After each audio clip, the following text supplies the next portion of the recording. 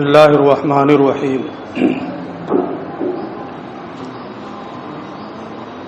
فإن قیل الجوہر الفرد متحیز ولا بعد فیہ وإلا لکان متجزیا۔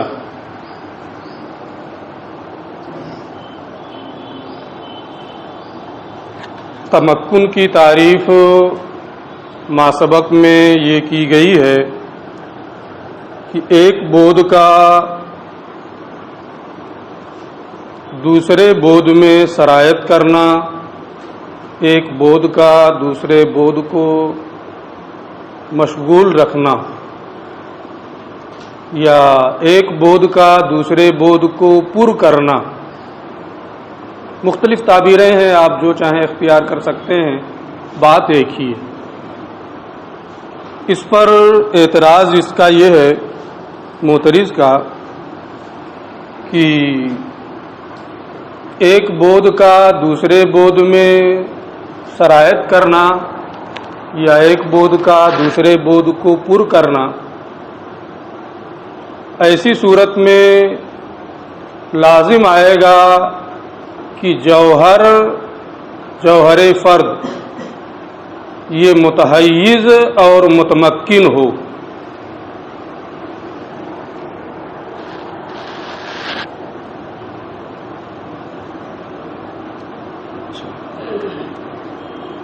اور جوہر فرد متحیز ہے، اس میں کوئی کلام نہیں۔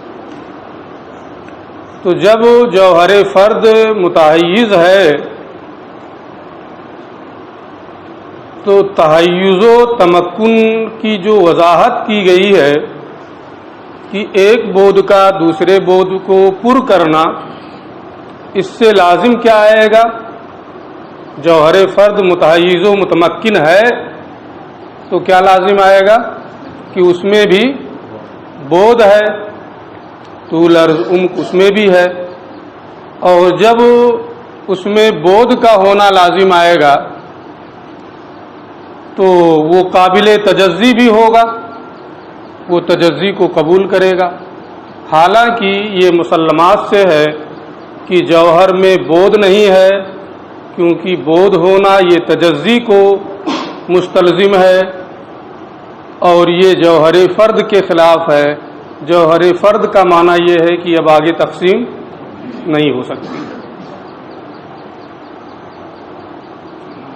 تو تمکن کی جو وضاحت آپ نے کی ہے اس سے یہ لازم آتا ہے کہ جوہر فرد کے لیے بود ہو جو تجزی کو مستلزم ہے۔ ٹھیک ہے۔ فإن قیل، اگر یہاں یہ شبہ پیش کیا جائے الجوہر الفرد متحیز، جوہر فرد متحیز ہے یقینی طور پہ، اور جب اس میں تحیز و تمکن کا معنی پایا جائے گا تو ایک بود کا دوسرے بود کو پر کرنا یہ معنی بھی پایا جائے گا، اور جب یہ معنی پایا گیا تو جوہر فرد میں بود کا ہونا لازم آئے گا، ولا بودا تھی، حالانکہ جوہر فرد میں کوئی بود نہیں ہے۔ کیوں بود نہیں ہے جوہر فرد میں؟ وَإِلَّا لَكَانَ مُتَجَزِّيًا، کیونکہ اگر اس میں بود ہوگا تو وہ قابل تجزی ہوگا، حالانکہ وہ جوہر فرد ہے، آگے اس کی تقسیم اور تجزی نہیں ہو سکتی۔ یہ اعتراض ہو گیا، بہت آسان اعتراض ہے، کوئی دشواری نہیں، جواب بھی بہت آسان ہے۔ قلنا، ہم اس کا یہ جواب دیں گے کہ آپ کا یہ اعتراض تمکن و تحیز کی درمیان تساوی ہونے پر مبنی ہے، کہ دونوں میں تساوی ہے، حالانکہ دونوں میں تساوی نہیں ہے، تحیز عام ہے اور تمکن خاص ہے۔ تو یہ ہوگا، آپ نے تمکن کی ادھر وضاحت کی ہے کہ ایک بود کا دوسرے بود میں سرایت کرنا، وہاں تو ایسی کوئی وضاحت نہیں ہے، تو کہا وضاحت نہیں ہے تو کسی اور چیز کی سراحت بھی تو نہیں ہے۔ وہاں مراد یہ ہے کہ کسی شے ممتد کا دوسرے بود یعنی خلا کو پر کرنا، کسی شے ممتد کا خلا کو پر کرنا یہ مراد ہے۔ ایک بود یعنی شے ممتد کا، پہلے والے بود سے مراد کیا ہے؟ شے۔ ایک شے ممتد کا دوسرے بود یعنی خلا کو پر کرنا یہ تمکن کی اس تعریف میں مراد ہے۔ اور تحیز کہتے ہیں کہ کسی شے ممتد یا غیر ممتد کا، یعنی جس میں بود ہوتا ہے اس کا یا جس میں بود نہیں ہوتا ہے اس کا، شے ممتد یا شے غیر ممتد کا کسی خلا کو پر کرنا، تو اب تحیز کے معنی میں عموم ہے، عام مطلق ہے یہ، اور تمکن اس سے خاص ہے۔ تمکن جب ہوگا تو تحیز تو بہرحال ہوگا، لیکن تحیز ہو یعنی شے غیر ممتد کسی خلا کو پر کرے تو وہاں تمکن ہونا ضروری نہیں ہے۔ تو جوہر فرد یہ متحیز ہے، شے غیر ممتد جس میں بود نہیں ہے، شے غیر ممتد دوسرے بود کو پر کر رہا ہے۔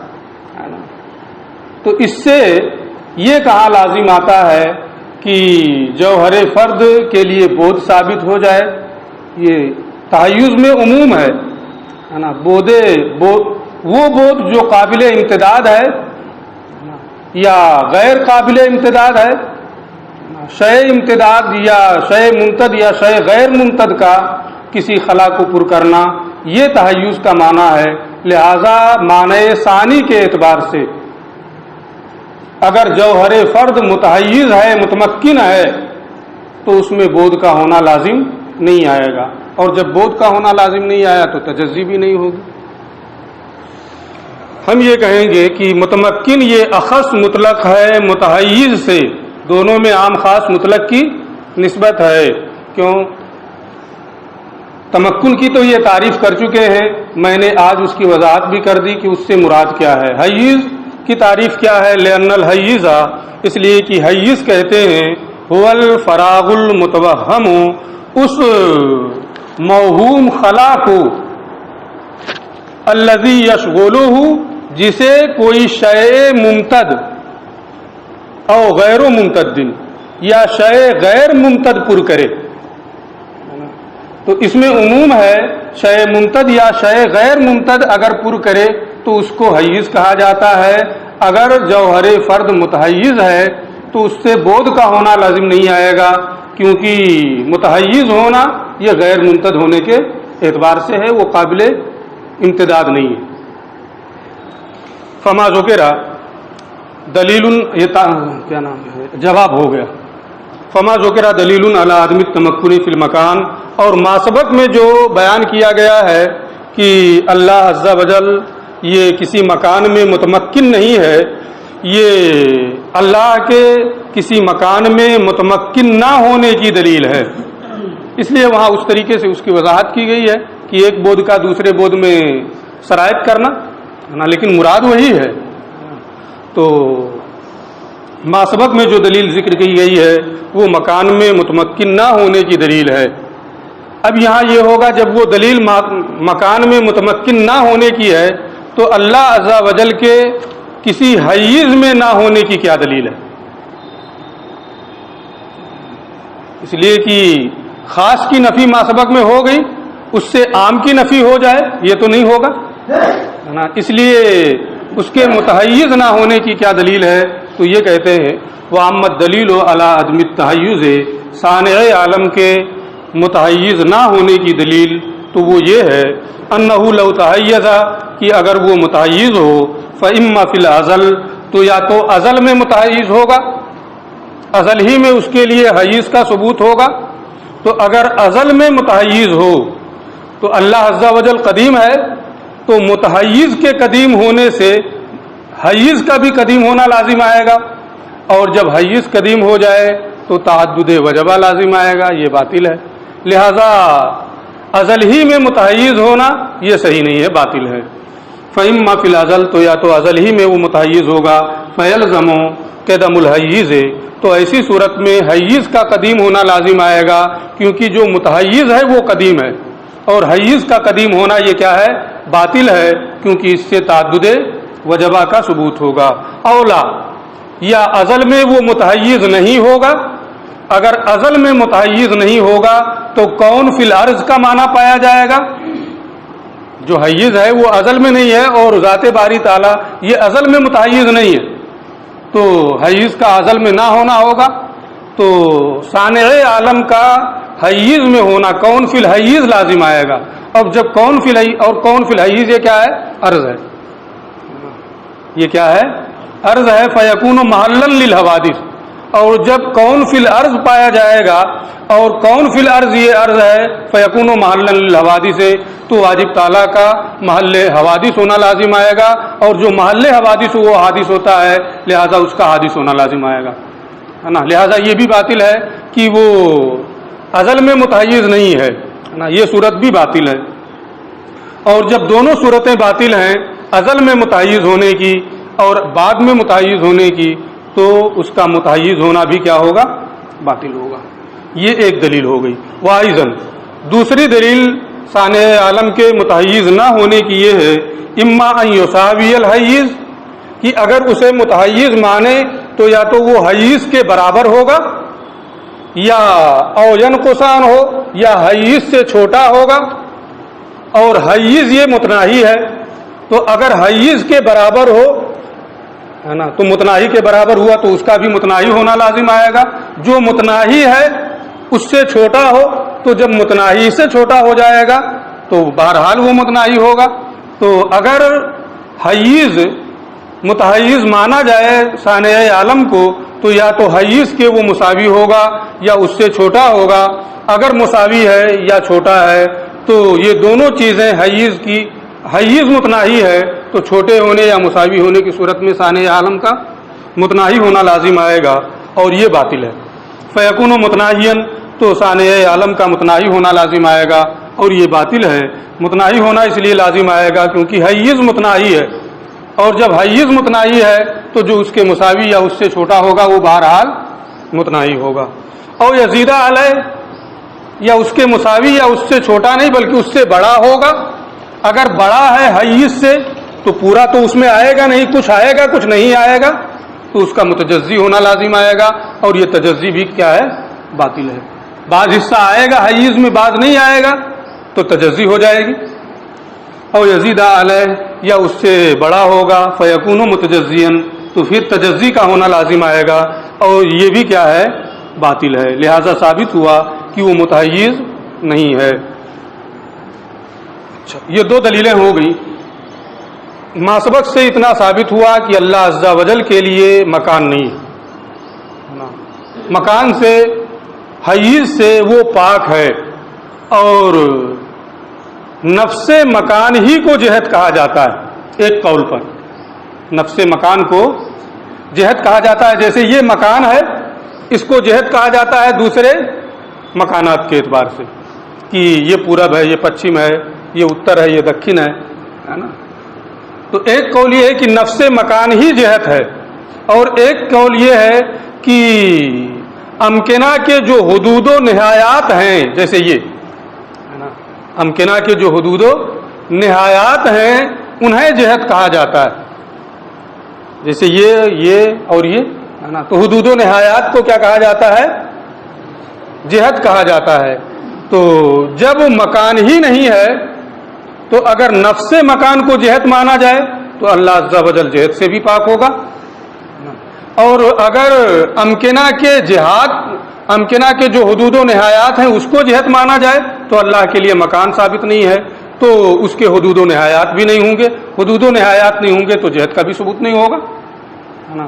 تو جب مکان کی نفی ہو گئی تو اسی سے یہ بھی ثابت ہو گیا کہ اللہ کے لیے جہت نہیں ہے، یعنی اس کو یہ نہیں کہہ سکتے ہیں کہ اوپر ہے، نیچے ہے، دائیں ہے، بائیں ہے نا، یہ ان ساری چیزوں سے وہ متصف نہیں ہوگا۔ وَإِذَا لَمْ يَكُنْ فِي مَكَانٍ، اور جب وہ کسی مکان میں نہیں ہے، لم یکن فی جہت، تو وہ کسی جہت میں بھی نہیں ہوگا، نہ جہت علو میں ہوگا نہ جہت سفل میں ہوگا اور نہ ان دونوں کے علاوہ کسی جہت میں ہوگا، لأنہا، اس لیے کہ جہت مکانوں کے حدود و نہایات کو کہا جاتا ہے، اور جب مکان ہی کا ثبوت نہیں تو حدود و نہایات کا بھی ثبوت نہیں ہوگا، پھر جہت بھی اس کے لیے ثابت نہیں ہوگی۔ اور نفس الامکنہ، یا جہت نفس مکان کو کہا جاتا ہے، اور جب اللہ عز و جل کے لیے مکان ہی ثابت نہیں ہے نا، تو نفس امکنہ بمانا جہت کا بھی ثبوت نہیں ہوگا، اس لیے وہ جہت سے پاک ہوگا۔ اور نفس الامکنہ، یا نفس امکنہ کا نام کیا نام ہے؟ جہت ہے، بے اعتبار عروض الاضافت الی شیء، کسی چیز کی جانب نسبت کے عارض ہونے کے اعتبار سے، مثلا یہی ہے نا، تو یہ ہے، مان لیا یہاں ہے نا، تو یہ کہیں گے کہ اس کے پچھم میں کیا ہے؟ ڈیکس ہے، اس کے پورب میں خلا ہے، دکھن میں خلا ہے نا، اور اتر میں خلا ہے، یا کوئی چیز ہو تو اس کو کہہ دیں گے، تو اسی کی جانب نسبت کرتے ہوئے دوسری چیزوں کی جانب ہے نا، اس کی جانب نسبت کرتے ہوئے، چونکہ یہ پچھم میں ہے تو اس کو کہیں گے کہ یہ پچھم کی جہت ہے نا، اوپر کوئی چیز ہو تو کہیں گے یہ اوپر کی جہت ہے۔ تو دوسری چیزوں کی جانب نسبت کے عارض ہونے کے اعتبار سے نفس امکنہ کا نام کیا ہے؟ جہت ہے، اور جب اللہ عز و جل کے لیے مکان ہی نہیں تو نفس امکنہ کے اعتبار سے جو جہت ہو اس سے بھی اللہ عز و جل پاک ہوگا۔ ولا یجری علیہ زمان، اور اللہ عز و جل پر زمانہ جاری نہیں ہوتا ہے، وہ زمانی نہیں ہے۔ کیوں زمانی نہیں ہے؟ لأن الزمانہ عندنا، اس لیے کہ ہمارے نزدیک زمانہ نام ہے ان متجدد یقدر به متجدد آخر، ایسے امر متغیر معلوم کا، ایسے امر متجدد امر متغیر معلوم کا کہ جس سے دوسرے امر متغیر و متجدد مجہول کا اندازہ کیا جائے۔ کچھ سمجھ میں آیا؟ مثلا آپ کو معلوم ہے کہ کل کا درس کہاں سے ہوا تھا، اتنا تو بتائے گا، اتنا تو معلوم ہے۔ فَإِنْ قِيل، ہے نا، آپ کو یہ معلوم ہے کہ کل کا درس کہاں سے ہوا تھا، یعنی فَإِنْ قِيل فَكَيْفَ يَصِحُ الْإِطْلَاق، یہ آپ کو معلوم ہے، لیکن یہ معلوم نہیں ہے کہ اگست کی تاریخ کس دن تھی۔ آپ نے اس سے پوچھا یار اگست کی پہلی تاریخ کس دن تھی؟ اس نے کہا جس دن یہ پڑھایا گیا ہے فَإِنْ قِيل فَكَيْفَ يَصِحُ الْإِطْلَاق۔ تو آپ کو ایک چیز معلوم تھی کہ یہ درس کس دن ہوا ہے، لیکن یہ معلوم نہیں ہے کہ اگست کی پہلی تاریخ کس دن ہے نا۔ تو ایک امر متغیر معلوم کا، معلوم سے ہے نا، دوسرے امر متغیر مجہول کا اندازہ کیا جائے تو وہی دوسرے امر متغیر مجہول کا کیا ہوتا ہے؟ زمانہ ہوتا ہے۔ تو جب اس نے یہ کہا کہ جس دن فَإِنْ قِيل پڑھایا گیا ہے، اور آپ کو معلوم ہے کہ فَإِنْ قِيل کا درس پیر کے دن ہوا ہے، کل ہی تو ہوا ہے نا، تو اب آپ کو یہ بھی معلوم ہو جائے گا کہ اگست کی پہلی تاریخ پیر کے دن ہے نا، تو وہی پیر کا دن اگست کی پہلی تاریخ کا زمانہ ہوگا، وہی اس کا وقت ہوگا۔ یہ زمانہ ہمارے نزدیک زمانے سے یہی مراد ہے، ایک امر متغیر متجدد معلوم جس سے دوسرے امر متغیر مجہول کا اندازہ کیا جائے، تو جو معلوم نہیں ہے اس کا اندازہ کیا جائے، تو جو معلوم ہے اسی کے اعتبار سے وہ اس کا امر غیر معلوم کا وہ زمانہ ہو جائے گا۔ جو مثال میں نے دی ہے نا، مثلا کل گزشتہ کے لیے وہ معلوم ہے کہ یہ سبق اس دن پڑھایا گیا ہے، اسی کے ذریعے سے آپ نے اس سے پوچھا تو بتایا جس دن یہ سبق پڑھایا گیا ہے۔ تو جو چیز مجہول ہے، مثلا اگست کی پہلی تاریخ کا علم ہے نا، تو اگست کی پہلی تاریخ کا وہی کل کا دن کیا ہوگا؟ زمانہ ہوگا۔ کس لیے؟ جو جس میں تبدیلی ہوتی رہے، تغیر ہوتا رہے، بعد میں ایک کے بعد دیگرے ہوتا رہے، اس لیے کہ زمانہ ہمارے نزدیک نام ہے ایسے امر متغیر و متجدد معلوم کا کہ جس سے دوسرے امر متغیر و مجہول کا اندازہ کیا جائے۔ وہ عند الفلاسفہ، تو اس میں تغیر کیا نام ہے، تو زمانے میں ہمارے نزدیک یہ ہے کہ ایک معلوم سے دوسرے مجہول کا اندازہ کیا جاتا ہے. وہ عند الفلاسفہ، اور فلاسفہ کے نزدیک زمانہ مقدار حرکت کا نام ہے. آپ نے اس کو پڑھا ہے، کل میں نے بتایا بھی تھا کہ پوری تفصیل جو کم کی ہے، اخیر میں آپ پہنچتے ہیں تو آخری صورت بنتی ہے غیر کارروز ذات کی، یعنی جس کے اجزاء مجتمع فی الوجود نہ ہوں. جیسے زمانہ کہ زمانہ کے اجزاء مجتمع فی الوجود نہیں ہے، بلکہ ایک گزرتا ہے، دوسرا آتا ہے، دوسرا گزرتا ہے، تیسرا، اس طریقے سے سلسلہ چلتا رہتا ہے.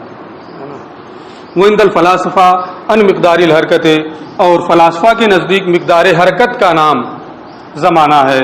واللہ تعالی منزہ عن ذالک، اور اللہ تعالی متجدد و متغیر ہونے سے اور مقدار ہونے سے پاک ہے، لہذا وہ زمانی نہیں ہو سکتا ہے. ہماری صورت میں متجدد ہے، ان کی تقدیر پر مقدار کا نام زمانہ ہو رہا ہے، اور اللہ عز و جل دونوں چیزوں سے پاک ہے، لہذا وہ زمانی نہیں ہے. واضح رہے انما ذکرہ فی التنزیہات،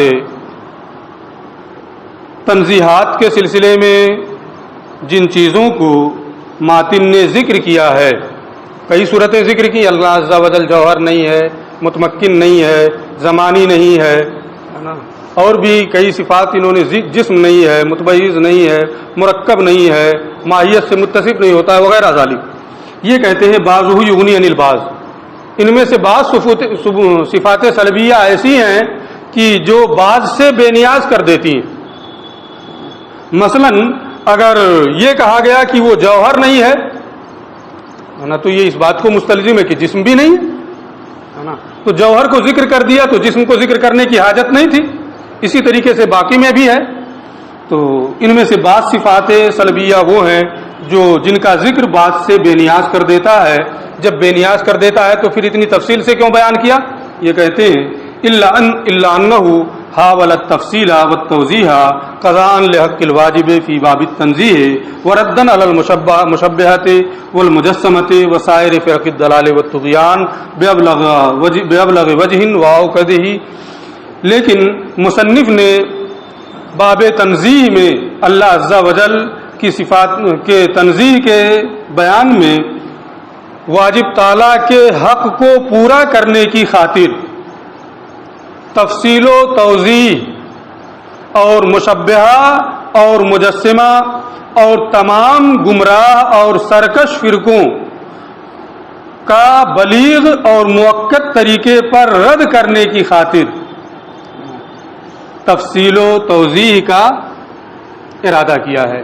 یعنی بلیغ طریقے پر اور مؤکد طریقے پر تمام گمراہ فرقوں خصوصیت کے ساتھ مشبہہ اور مجسمہ کا رد ہو جائے، اور تفصیل کے ساتھ اللہ عز و جل کی تنزیہ کا بیان ہو جائے. اس مقصد کے تحت مصنف علیہ الرحمہ نے اس کا لحاظ نہیں کیا کہ بعض صفات سلبیہ سے کو ذکر کرنے سے بعض سے بے نیازی ہوتی ہے، لہذا انہی کو ذکر کر دیا جائے، کسی ایک کو جس سے دوسرے سے بے نیازی ہے دوسرے کو ترک کر دیا جائے. ایسا انہوں نے نہیں کیا تاکہ تفصیلی طور پر ان کا رد ہو جائے اور باب تنزیہ میں اللہ کا حق بھی پورے طور پر ادا ہو جائے. فلم یبالغ بتقریر الالفاظ، اسی مقصد کے تحت مصنف علیہ الرحمہ نے مترادف الفاظ کے مکرر ہونے کی کوئی پرواہ نہیں کی. مکرر ہو رہے ہیں ہونے دو، کوئی فرق نہیں پڑتا، لیکن بلیغ طریقے پر اللہ عز و جل کی تنزیہ کا بیان ہو جائے، مؤکد طریقے پر بیان ہو جائے، یہ مقصد ہے. والتصریح بما علم بطریق الالتزام، اور ایسی چیز کو صراحتاً بیان کرنے سے کوئی پرواہ نہیں کیا کہ جس کو التزاماً جان لیا گیا ہے. تو اگرچہ التزاماً جان لیا گیا ہے لیکن بعد میں اس کی انہوں نے صراحت بھی کر دی ہے. جیسے جوہر ہی ہے، وہ جسم کی نفی کو بھی مستلزم ہے، التزاماً جان لیا گیا ہے، لیکن جسم کی نفی کی بھی صراحت کی ہے تاکہ حق کے واجب کی ادائیگی ہو سکے. ثم علم، پھر واضح رہے ان مبنی التنزیہ اما ذکرت، صفات سلبیہ مذکورہ صفات سلبیہ سے اللہ عز و جل کی تنزیہ کی بنیاد، مذکورہ صفات سے صانع عالم اللہ عز و جل کی ذات کی تنزیہ کی بنیاد، اللہ عز و جل ان سے پاک ہے نا، اس کی بنیاد کس بات پر ہے؟ جسم نہیں ہے، جوہر نہیں ہے، متميز نہیں ہے، مرکب نہیں ہے، زمانی نہیں ہے، وغیرہ ذالک۔ ان تمام مذکورہ صفات سے اللہ عز و جل کی ذات کے منزہ ہونے کی بنیاد علی انہا، اس بات پر ہے کہ یہ تمام چیزیں وجوب کے خلاف ہیں، کہ اگر یہ چیزیں ثابت ہوں گی تو ذات واجب اللہ عز و جل کی ذات یہ واجب نہیں رہ جائے گی، حالانکہ اس کا ذات کیا ہے؟ اس کی ذات واجب ہے۔ علی انہا، تو اس کی بنیاد اس بات پر ہے کہ یہ تمام صفات جو ہیں وجوب وجود کے منافی ہیں، اس کی ذات کے واجب ہونے کے، اس کی ذات کے وجوب کے منافی ہیں، اس کا امکان اور حدوث لازم آئے گا، اس لیے اسی پر اس کی بنیاد ہے۔ تمام دلیلوں میں یہی معتبر ہے کہ اگر اس کو جسم مانیں گے ہے نا تو یہ وجوب ذاتی کے خلاف ہے، واجب الوجود کے خلاف ہے، زمانی مانیں گے تو یہ واجب الوجود کے خلاف ہے، جوہر مانیں گے تو واجب الوجود کے خلاف ہے۔ دلائل اس کی الگ الگ انہوں نے دلائل ذکر کیے ہیں۔ لما فیہا، کیوں یہ واجب الوجود کے خلاف ہے؟ کیونکہ ان صفات میں حدوث و امکان کا شائبہ پایا جاتا ہے، اور جب حدوث و امکان کا شائبہ ہے تو یہ واجب الوجود نہیں رہیں گی، اللہ کی ذات واجب الوجود نہیں رہے گی اگر یہ صفات ثابت ہو جائیں تو۔ علی ما اشرنا الیہ، جیسا کہ ما سبق میں ہم نے اس کی جانب اشارہ کر دیا ہے کہ یہ تمام صفات سلبیہ واجب الوجود کے خلاف ہیں، اس میں امکان اور حدوث کا شائبہ پایا جاتا ہے۔ تو اسی پر مذکورہ صفات سے اللہ کی تنزیہ کی بنیاد، اللہ کے منزہ ہونے کی بنیاد اسی بات پر ہے کہ وہ واجب الوجود کے خلاف ہیں اور اس میں شائبہ حدوث و امکان پایا جاتا ہے، اس لیے اللہ ان صفات سے متصف نہیں ہے۔ لا علی ما ذهب الیہ المشائخ، ان مذکورہ صفات سے ذات واجب تعالیٰ کے منزہ ہونے کی بنیاد اس پر نہیں ہے جس کی جانب بعض مشائخ گئے ہیں۔ کیا کس کی جانب وہ لوگ گئے ہیں؟ من، اب جس کی جانب ان لوگ گئے ہیں اس کا بیان، یعنی ان معنی الارض بحسب اللغہ ما یمتنع بقاؤہ، بعض مشائخ اس بات کی جانب گئے ہیں کہ اللہ ارض نہیں ہے۔ کیوں؟ اس لیے کہ ارض کا معنی لغوی اعتبار سے ہے کہ جس کی بقا ممتنع ہو، اور جس کی اللہ عز و جل کی بقا کیا ہے؟ واجب ہے۔ ارض کی بقا ممتنع ہے، اور جب ارض کی بقا ممتنع ہے تو اللہ عز و جل ارض نہیں ہو سکتا ہے۔ اس دلیل کا رد ماسبق میں بہت ہی تفصیل کے ساتھ انہوں نے پیش کر دیا ہے کہ ارض کی بقا ممتنع ہے، یہ ہمیں تسلیم نہیں ہے۔ اس دلیل کا پھر سے آپ اعادہ کر لیں۔ ومعنی الجوہر، اور بعض مشائخ جوہر کی نفی کی دلیل اس طور پر دیتے ہیں، وہ یہ کہتے ہیں کہ اللہ جوہر نہیں ہے، اس کا معنی یہ ہے ومعنی الجوہر، اور جوہر کا معنی ہے ما یترکب عنہ غیرہ، جس سے دوسرا مرکب ہو، یعنی دوسرے کا جز بنے، اور جب وہ دوسرے کا جز بنے گا تو ایسی صورت میں ترکیب لازم آئے گی اور اللہ عز و جل اس سے منزہ ہے نا۔ کہتے ہیں یہ بھی دلیل صحیح نہیں ہے، کمزور ہے۔ دلیل وہ ہے جو ہم نے دی ہے کہ مرکب ہونا یہ واجب الوجود کے خلاف ہے، جس میں حدوث و امکان کا شائبہ پایا جاتا ہے۔ ومعنی الجسم، اور جسم کا معنی وہ لوگ یہ بیان کرتے ہیں ما یترکب ہوا عن غیرہ، جو دوسرے سے مرکب ہو، بے دلیل قولہم، ان کے اس قول کی، ان کے اس کو، اور اس کی دلیل ان کا یہ قول ہے ھذا اجسم من ذلک، کہ یہ جسم اس جسم سے زیادہ ہے۔ اس کی صراحت ہم پہلے کر چکے ہیں۔ اس کا مطلب یہ ہوا کہ ایک جسم کے اجزاء دوسرے جسم کے اجزاء سے زیادہ ہیں، جو یہاں یہ مراد لے رہے ہیں، اور جب ایک جسم کے اجزاء دوسرے جسم کے اجزاء سے زیادہ ہوں گے تو انہی اجزاء سے جسم کی ترکیب ہوگی، اور جب وہ مرکب ہے اجزاء سے تو اللہ عز و جل کا مرکب ہونا اس سے بھی لازم آئے گا، لہذا وہ جسم نہیں ہے۔ یہ کہتے ہیں اس دلیل کی کوئی ضرورت نہیں ہے، دلیل وہی صحیح ہے جو ہم نے بیان کر دیا کہ مرکب ہونے سے واجب الوجود کے خلاف ہونا لازم آئے گا، اور پھر اللہ عز و جل کا ممکن یا حادث ہونا لازم آئے گا، اس لیے وہ جسم سے منزہ ہے۔ وہ معنی الجسم، اور جسم ہونے کا معنی ہے کہ جو دوسرے سے مرکب ہو، ان کے اس قول کی دلیل سے ھذا اجسم من ذالک، کہ یہ جسم اس سے بڑھ کر ہے۔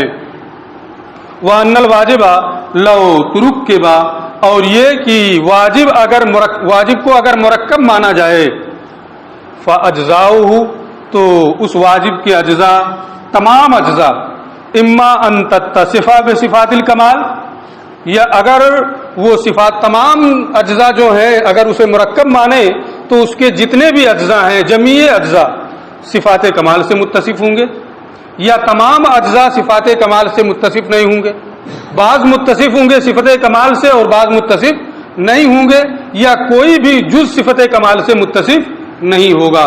تینوں صورتیں باطل ہیں، لہذا ترکیب باطل ہے۔ یہ کہتے ہیں اس کی کوئی ضرورت نہیں ہے نا، بس یہ کہ ذات واجب الوجود کے خلاف ہے یہ، ہے نا، اس میں امکان اور حدوث کا شائبہ پایا جاتا ہے، لہذا یہ صفت اللہ کے لیے ثابت نہیں ہے۔ وَأَنَّ الْوَاجِبَ، اور یہ کہ واجب اگر لو ترک کے بعد اگر وہ مرکب اس کو مرکب مانا جائے، فَأَجْزَاؤُهُ، تو اس واجب کے اجزاء، جمیع اجزاء، اما ان تتصف بصفات الکمال، یا تو سب کے سب صفات کمال سے متصف ہوں گے، فَيَلْزَمُ تَعَدُّدُ الْوَاجِبِ، تو جب تمام صفات جو ہیں جتنے بھی اجزاء ہیں سب کے سب صفت کمال سے متصف ہیں تو تعدد وجبہ لازم آئے گا، اس لیے کہ ایک صفت اس کا واجب ہونا بھی ہے نا، تو اس صفت واجب کی جو صفت ہے اس سے بھی تمام صفات کا متصف ہونا لازم آئے گا، تمام اجزاء کا متصف ہونا لازم آئے گا، تو تمام اجزاء جب صفت وجوب وجود سے متصف ہوں گے تو تعدد وجبہ ہو جائے گا۔ یا تو تمام صفات کمالیہ سے متصف ہوں گے تو تعدد واجب لازم آئے گا، اولا یا تمام صفت کمال سے متصف، تمام اجزاء ہے نا صفت کمال سے متصف نہیں ہوں گی، فیلزم النقص والحدوث، اگر تمام اجزاء یہ صفات کمالیہ سے متصف نہیں ہیں تو ایسی صورت میں اس کے اجزاء کا ناقص ہونا اور حادث ہونا لازم آئے گا، یہ بھی اللہ عز و جل کی صفات کے خلاف ہے، لہذا تمام اجزاء صفات کمالیہ سے متصف نہ ہوں یہ بھی کیا ہے؟ باطل ہے۔ وائزن نیز اما یکون علی جمیع الصور والاشکال، اللہ کے جو واجب کے جو تمام اجزاء ہیں ہے نا، اگر اس کو صورت والا مانا جائے، شکل والا مانا جائے، مقدار والا مانا جائے، کیفیت والا مانا جائے، وائزن اما یکون، یا تو تمام اجزاء ہے نا علی جمیع الصور، یا تو ذات باری تعالیٰ یا تمام اجزاء جو مرکب ہے نا، واجب جو ہے اگر وہ مرکب ہو تو بحیثیت مجموعہ یا تو تمام صورتوں پہ وہ پایا جائے گا، تمام شکلوں پہ وہ پایا جائے گا، تمام مقدار میں پایا جائے گا، تمام کیفیات میں پایا جائے گا، تو اجتماع نقیضین لازم آئے گا، اجتماع ازداد لازم آئے گا۔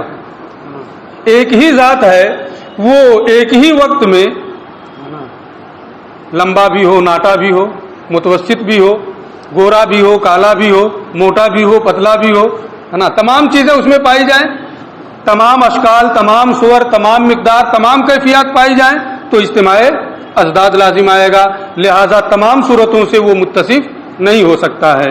او علی بعضھا، یا بعض صور، بعض اشکال، بعض مقادیر اور بعض کیفیات پر وہ ہوگا، وہ ہے مستویۃ الاقدام، اور یہ تمام صورتیں یہ سب کے سب فی افادت المدح والنقص، مدح و نقص کا فائدہ دینے میں برابر ہیں، اور ان کے محدثات پر دلالت نہ ہونے میں برابر ہیں، محدثات پر ان کی دلالت نہ ہونے میں بھی یہ برابر ہیں، تو جب یہ افادہ مدح و نقص میں برابر ہیں، ممکنات ان کی ممکنات پر دلالت نہیں ہو رہی ہے، اس میں بھی یہ سب کے سب برابر ہیں، تو جب سب برابر ہیں تو اگر بعض پر ہو بعض پر نہ ہو تو ترجیح بلا مرجح ہے نا، اور اگر کوئی مرجح مانا جائے تو ایسی صورت میں ذات واجب الوجود کے لیے کسی مرجح اور علت کا ہونا لازم آئے گا، فیکون فیفتقر الی مخصص، تو پھر ذات واجب تعالیٰ کا کسی مرجح مخصص اور علت کا محتاج ہونا لازم آئے گا، اور جب وہ کسی کا محتاج ہوگا تو اس کی قدرت کے تحت اس کا داخل ہونا بھی لازم آئے گا، لہذا وہ اللہ عز و جل کی ذات کا دوسرے کی قدرت کے تحت داخل ہونا بھی لازم آئے گا، وَيَدْخُلُ تحت قدرت الغیر، اور وہ دوسرے کی قدرت کے تحت داخل بھی ہوگا، فَيَكُونُ حَادِثًا، لہذا وہ حادث ہو جائے گا، حالانکہ اللہ عز و جل حادث نہیں ہے۔ لہذا تمام صور و اشکال پر ماننا یا بعض پر ماننا، یہ دونوں صورتیں کیا ہیں؟ باطل ہیں، اور جب باطل ہیں تو وہ مرکب بھی نہیں ہے۔ آگے تفصیل